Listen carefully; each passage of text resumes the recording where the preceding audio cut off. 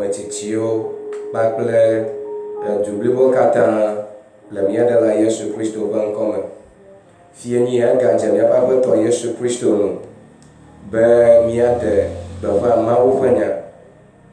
Eya ta fi ɖe sia ɖe yi ke nele he mía ŋkɔ semea, to kuku ɖe gã aɖe me míebia tso asiwò be nàɣe wò to na mí eye ne míase Mawu ƒe nya. Yesu Kristo neyra mi eyime ke neɣe wò to na mí. Amen. Míado gbe ɖa. Ɖela Yesu míede akpenɔ le fie nyi ya de wò amenuveve kple wò ŋutikɔkɔe yi nekɔ ɖe míaƒe agbedzi la ta. Elabe wò amenuveve sɔgbɔ ɖe míaƒe agbedzi, wò yayra sɔgbɔ ɖe míaƒe agbedzi. Fie nyi ya míeva be míadzro Mawu ƒe nya me eye míaɖe gbeƒã ne edu bliboa katã bena nato eme eye nawò dɔ le mía dometɔ ɖe sia ɖe ŋuti. Ɖela Yesu, míedo gbe ɖa be wo ŋutɔ nakɔ wò ŋkɔ ŋuti le esia me eye eyime ke Mawu nya dodo gea,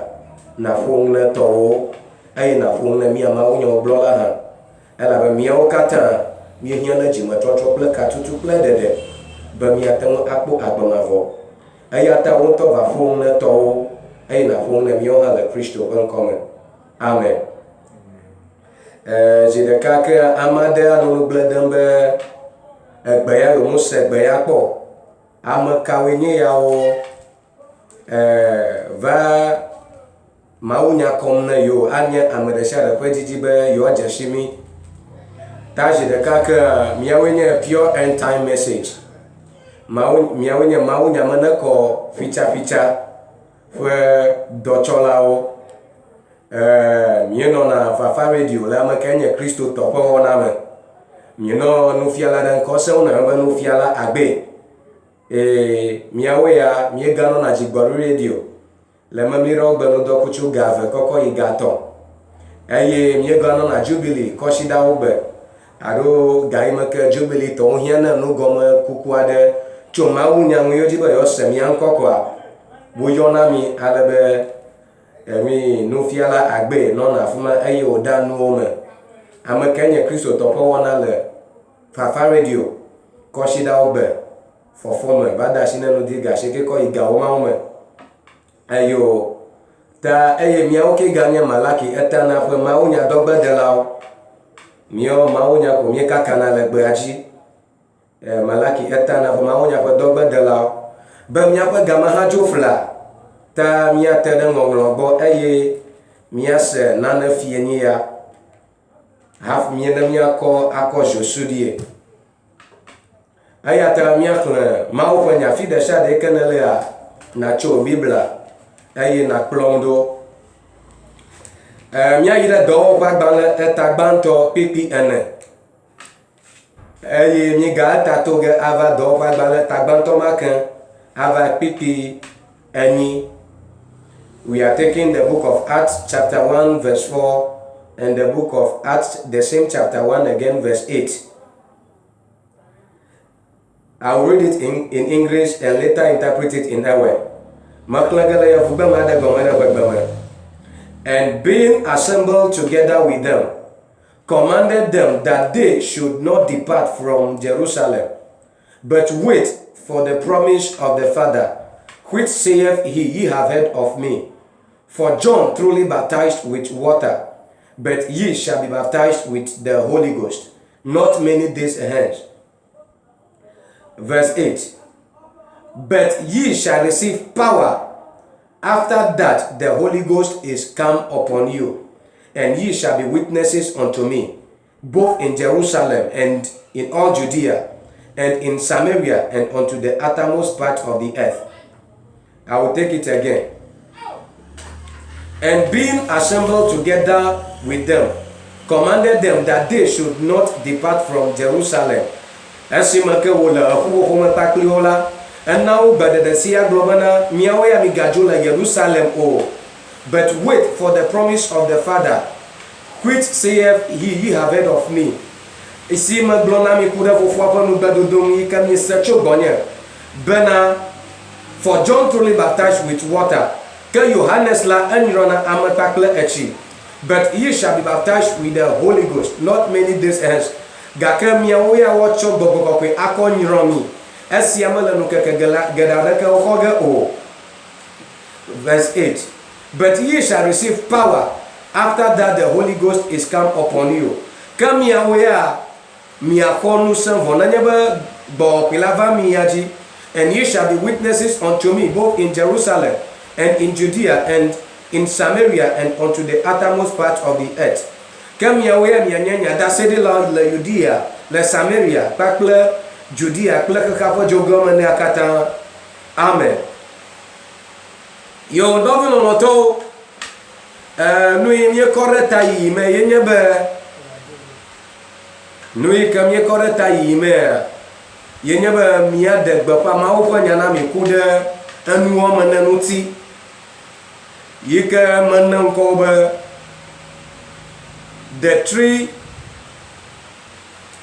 the four messages based on salvation, the Holy Ghost baptism, fulfillment of biblical prophecies about, and also about the end time and its signs that shows the end time. Finally, about false prophets. Ta mieko anwo mene ɖe ta yi ke yiƒe ma yiƒe gbeƒã nye be míaɖe na mi. Ye ku ɖe gbãtɔ nye ɖeɖekpɔkpɔ, vevelia nye gbɔgbɔ kɔkɔe xɔxɔ eye tɔtɔlia nye nyagblɔɖiwo, Biblia ƒe nyagblɔɖiwo katã neva me ku ɖe nukeka ŋuti kpakple dzesiwo ke ɖi fia be nyagblɔɖi mawo va eme. Eye mamlɛtɔ ye nye be miaƒo tso alakpa nyagblɔɖilawo nu. So this le fie ni ya me ɖeka kɔm le wo me yi ke nenye gbɔgbɔ kɔkɔe xɔxɔ elabe yi me nia dzi de ge o. Ta ɖe mi gano kɔm vivi. Ta wo dometɔ ɖeka yi ke mekɔ kpata ye nye gbɔgbɔ kɔkɔe xɔxɔ. Nɔvi lɔlɔ̃tɔ eva va me be Mawu wɔ xexe ya me le Yohanes ƒe agbalẽ eta gbãtɔ nu. Ye wògblɔ bena le gɔmedzedzea me nya la li. Ye enya la nɔ kple Mawu, ye enya la nye Mawu. Ye enya la ma eva va do ŋutilã, ye wòno amegbetɔwo dome. Ye wòva etɔwo gbɔ, womexɔe dem o. Eye enya ma ye va nye kekeli ne xexea me le Yohanes ƒe agbalẽ eta gbãtɔ, pikpi gbãtɔ kɔ yi ŋuti. Le ta eime ke Yesu Kristo va etso ɖeɖekpɔkpɔ ƒe mawunya vɛ na mi. Ɖeɖekpɔkpɔ ku ɖe Mawu ɖeka subɔsubɔnu yi ke nenye Kristo. Do ŋgɔe subɔsubɔ vovovowo nɔ anyigba dzi. Do ŋgɔe va yi. Gake eime ke Yesu Kristo va, Biblia na mienya be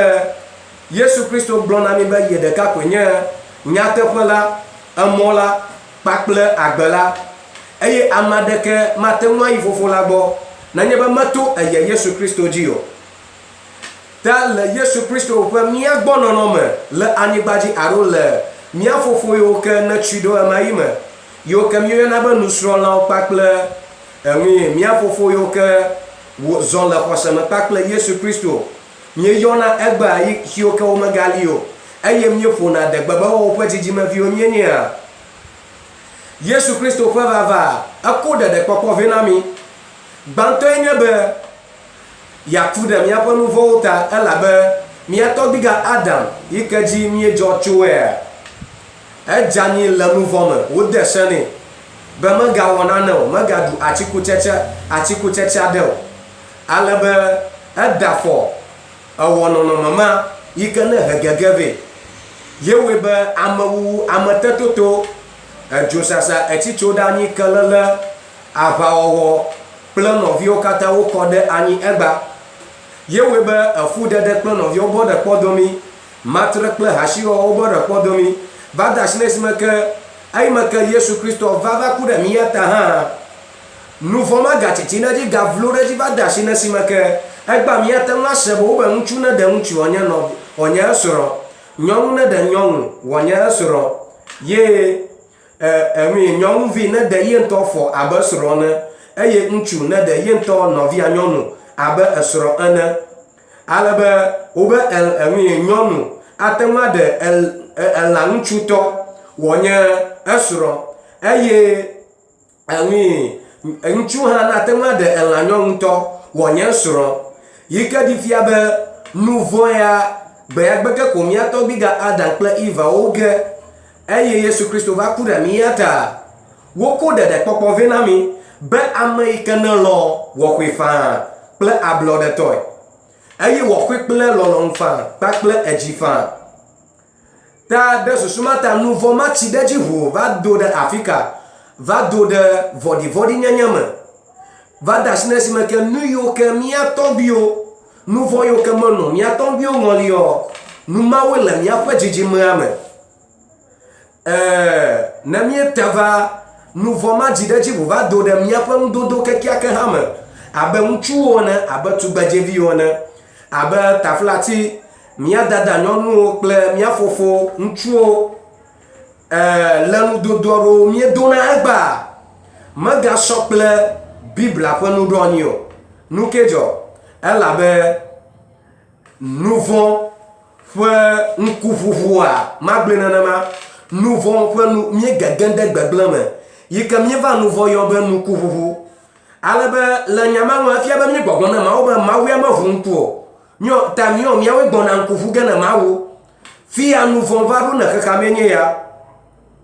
ta ayi me ke Yesu Kristo ko Mawu nya vɛ na mi ya etie nusrɔ̃lawo me 12 aɖewo be wonye mawunya ƒe dɔtsɔlawo yiwo ke ako mawunya akɔ yi ɖe gbeta eye wo dometɔ woƒe ŋgɔgbetɔ ye nye Peter míeyɔna James John Andrews kple Stephen kple nɔviawo yiwo ke míate ŋu ado gbe le Biblia me ta yi me ke Yesu Kristo va wɔ eƒe ɖeɖekpɔkpɔ ŋuti dɔ vɔ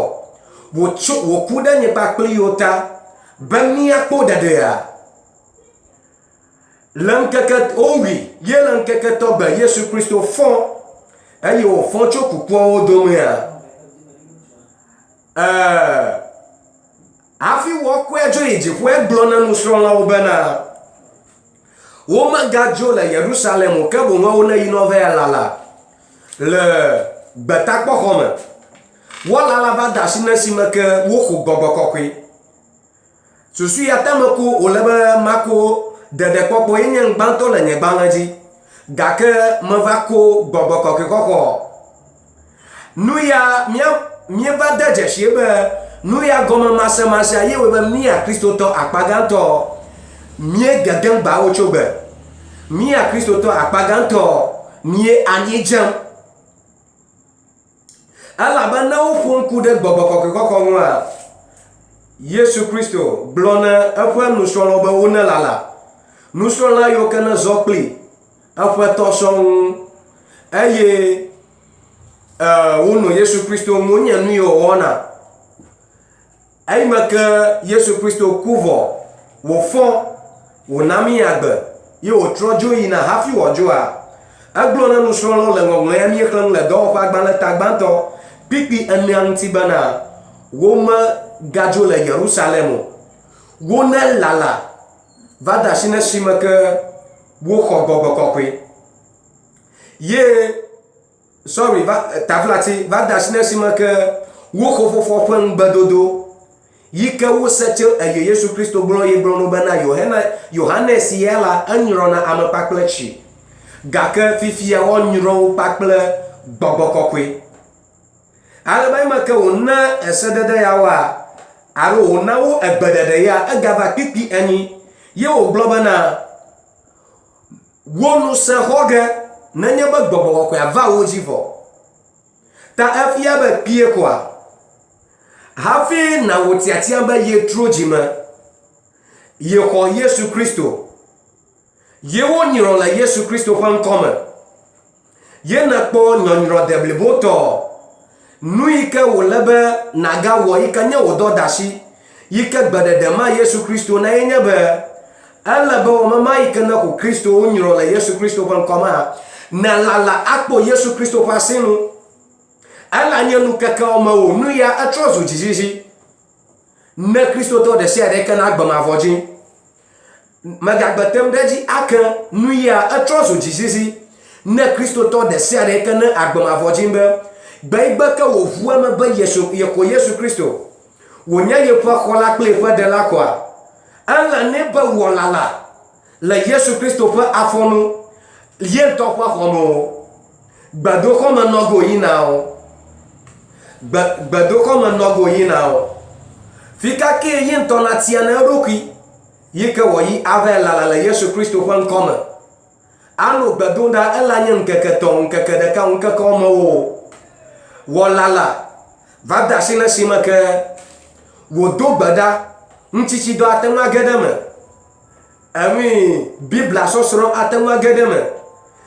ela be se da kwenye be na lala vada sina sima ke na khogbogokwe taima ke Yesu Kristo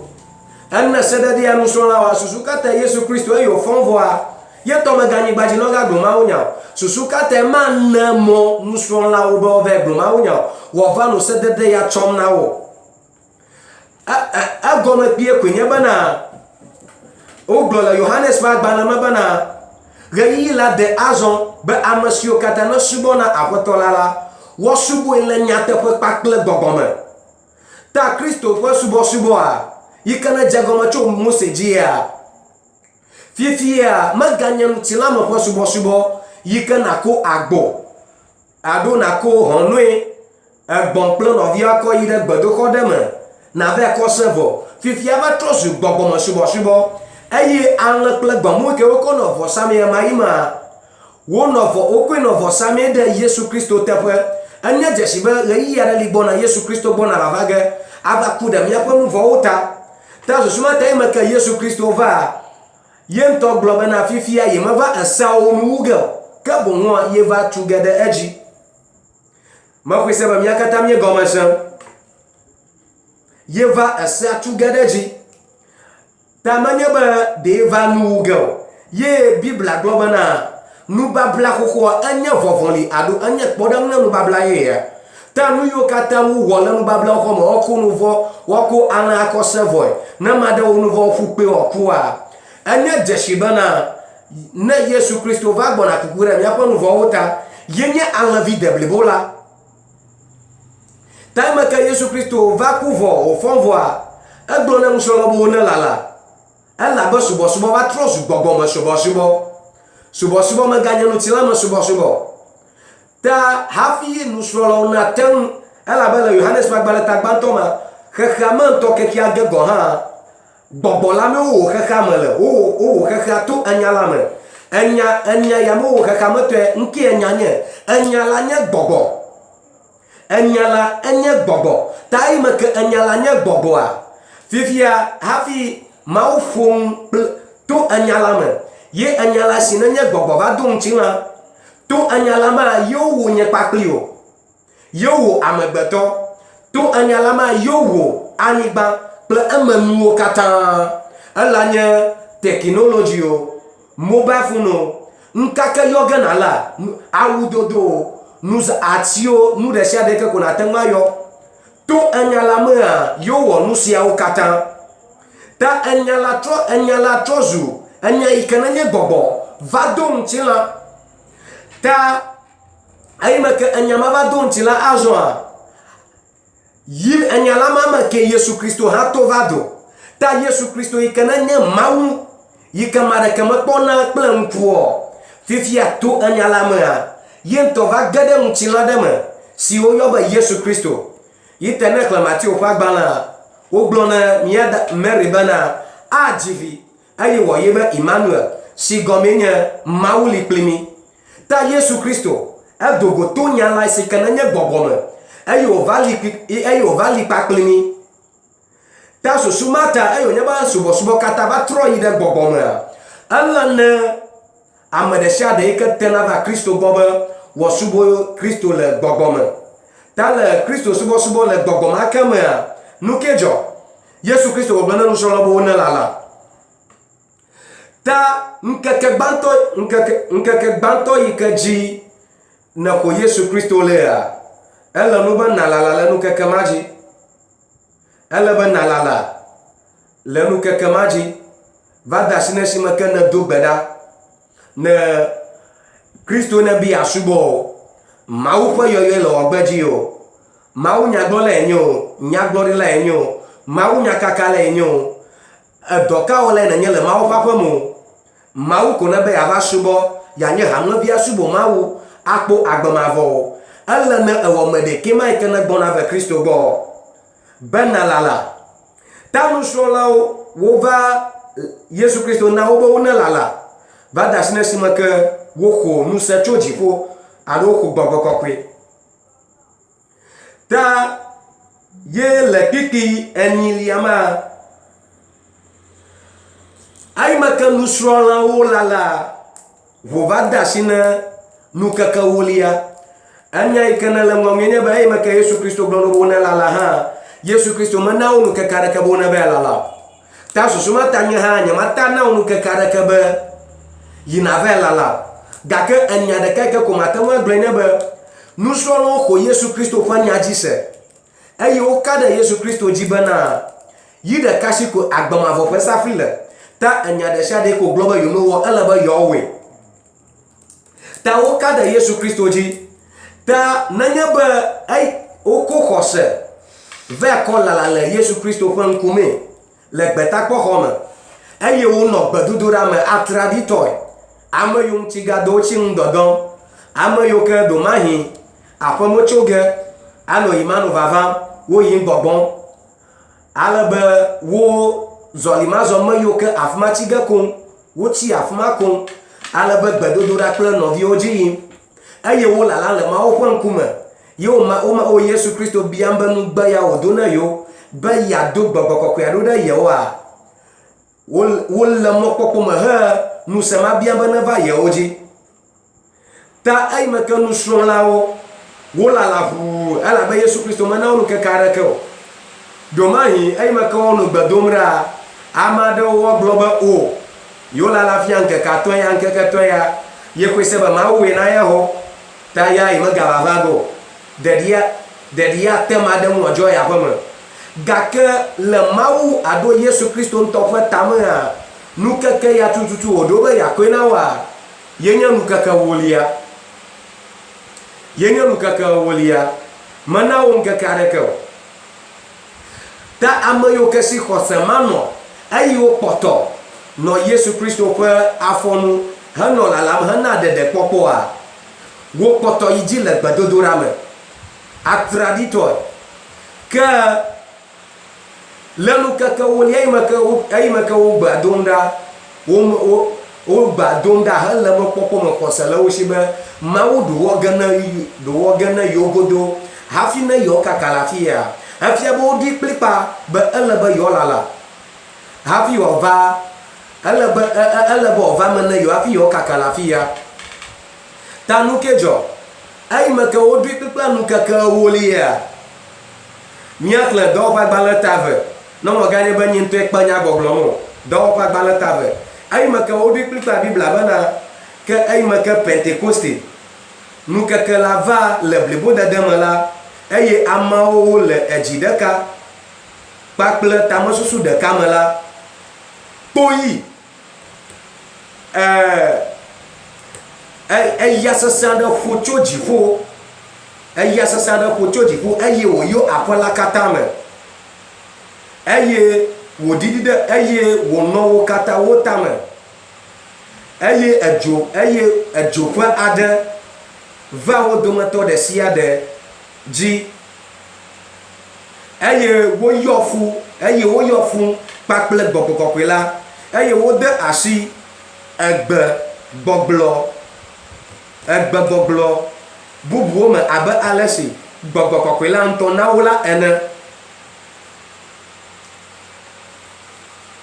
ta eyime ke nusrɔ̃lawo lala nu yi ne dzɔe be le nukeke ewolia dzia eya sesẽ aɖe ƒo le Pentekoste nukekea dzi eye wòva wo dometɔ ɖe sia ɖe dzi Biblia be wo katã woli kpakple tamesusu ɖeka kple edzi blibo ɖeka eye aƒe la me katã yɔ fu kpakple Gbɔgbɔ Kɔkɔe eye edzoƒe aɖe va wo katã wo dzi eye wode asi egbegbɔgblɔ vovovowo me ta eyime ke nusrɔ̃lawo wo lala he Yesu Kristo ƒe asi ŋkpɔm le xɔse ɖeka le tamesusu ɖeka le dzi ɖeka mea gbɔgbɔ kɔkɔe va wo dometɔ ɖe sia ɖe dzi ye gbɔgbɔ kɔkɔe ma va wo dzia tso le afi ma godzia nu ke dzɔ afi ma azɔ nusẽ ya ke ƒe ŋgbe Yesu Kristo do no le dɔwɔƒe agbalẽ eta gbãtɔ yi ke mi xlẽ do ŋgɔe kpikpi enyilia mea nusẽ yi ke ne va wo dzia ewoe bena fifia ame aɖeke mate ŋu able o ewoe bena edɔgɔme fukpekpe hiãkame aʋlime nusẽwo gbɔgbɔvɔwo ɖeke adzewo kpasuwo mamiwo gbɔgbɔ ɖe sia ɖe ke ko na ƒome gbɔgbɔwo ɖeke mate ŋu agano te ɖe wo ŋu elabe fifia Yesu Kristo va le wo me azɔ ta tso le afi ma yi me ke nusẽa va azɔa yi ke nenye gbɔkɔea va wo dzia gbɔgbɔ kɔkɔea ŋutɔ ne wo dometɔ ɖe sia ɖe ale yi ke woagblɔ mawunya ale yi ke woɖe gbeƒã mawu ƒe nya nusrɔ̃la ɖe sia ɖe kple afi ke wòle be wòayi wòava ɖe gbeƒã mawu ƒe nya gbɔgbɔ kɔkɔea ŋutɔ va na wo eŋui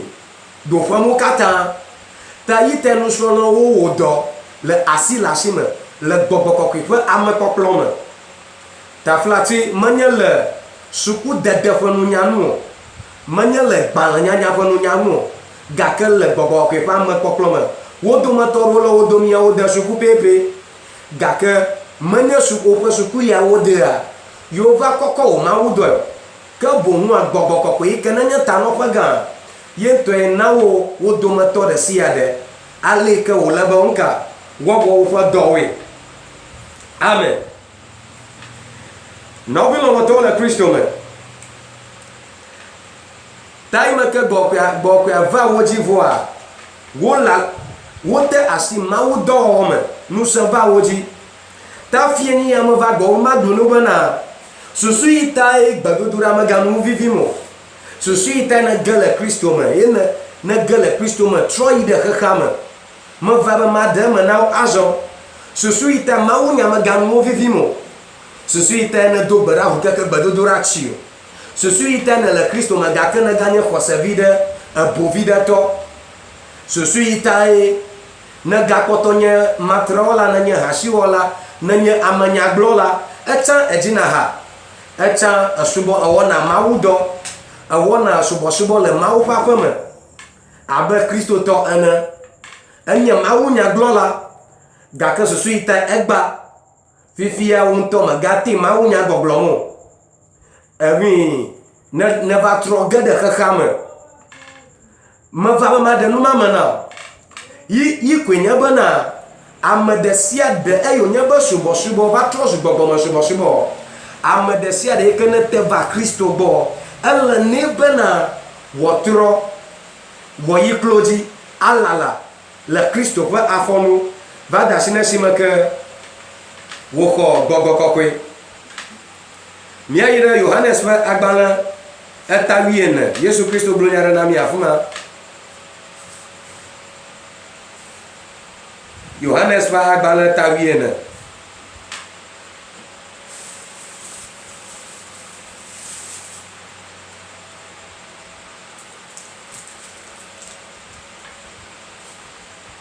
Yohanes ƒe agbalẽ eta 14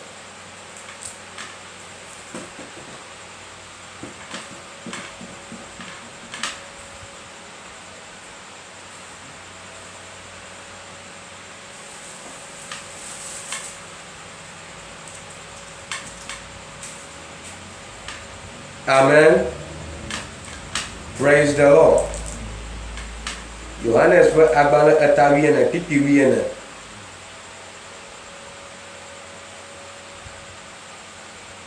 eta 14 kpikpi 14 kɔ yi if ye shall ask anything in my name nenye be